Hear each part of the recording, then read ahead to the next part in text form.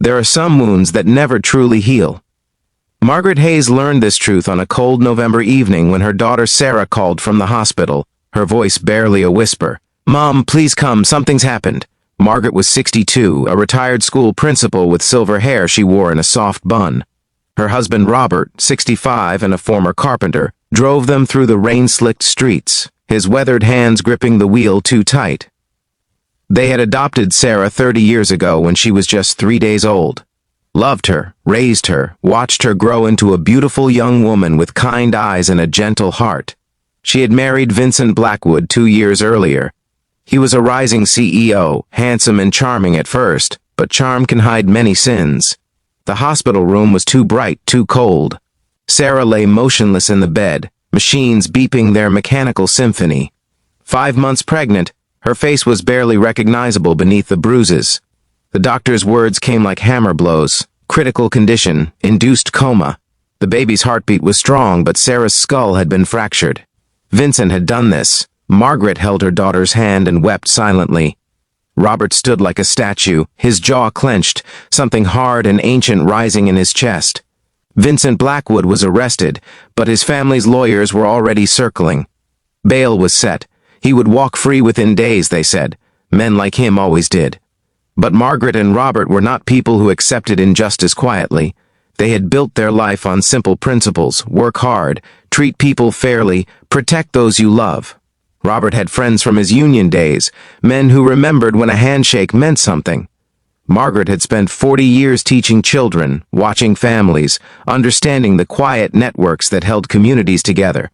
They began making calls, first to Daniel Park, an investigative journalist who owed Margaret a favor from years ago when she had helped his sister. Then to others, carefully, methodically. What they discovered about Vincent Blackwood would have made Sarah weep if she could have heard it. He had done this before. 3 other women, paid off and silenced. Business partners he had ruined through fraud. Employees whose pensions had vanished into offshore accounts. A pattern of cruelty hidden behind expensive suits and corporate donations. Robert gathered it all, every document, every testimony. Margaret reached out to every person Vincent had wronged, giving them something they had never had before: a united voice. The story broke on a Tuesday morning. Daniel's article was thorough, devastating, impossible to ignore. By noon, Vincent's company had suspended him. By evening, prosecutors had new evidence they could not dismiss. His bail was revoked. But Margaret and Robert were not finished. They stood outside the courthouse the day of his arraignment, holding a photograph of Sarah. Behind them stood 27 people, former employees, silenced victims who had found their courage, families he had destroyed. The cameras captured everything. Vincent's lawyers tried to paint him as the victim, but the city had seen the truth. His empire crumbled in 72 hours. Partners fled. Investors withdrew. The man who had seemed untouchable was suddenly very alone. 6 weeks later, Sarah opened her eyes. Margaret was there, holding her hand as she had every single day.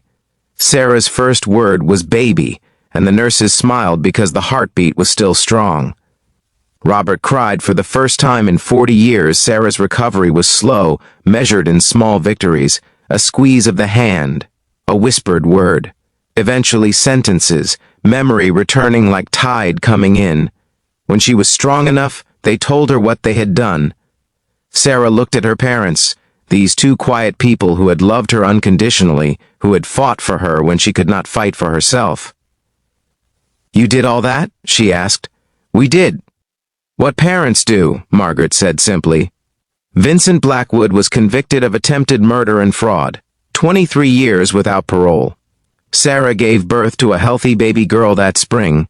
She named her Hope. Margaret and Robert built a garden behind their house where Sarah and Hope could visit. Flowers bloomed there, bright and resilient. Some wounds never truly heal, Margaret thought, watching her daughter play with her granddaughter in the sunlight. But love, real love, can make even the broken beautiful again.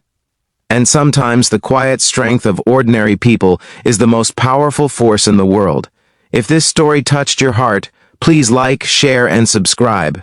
Leave a comment telling us about a time when someone stood up for you, or when you found the courage to stand up for someone else. Your story matters.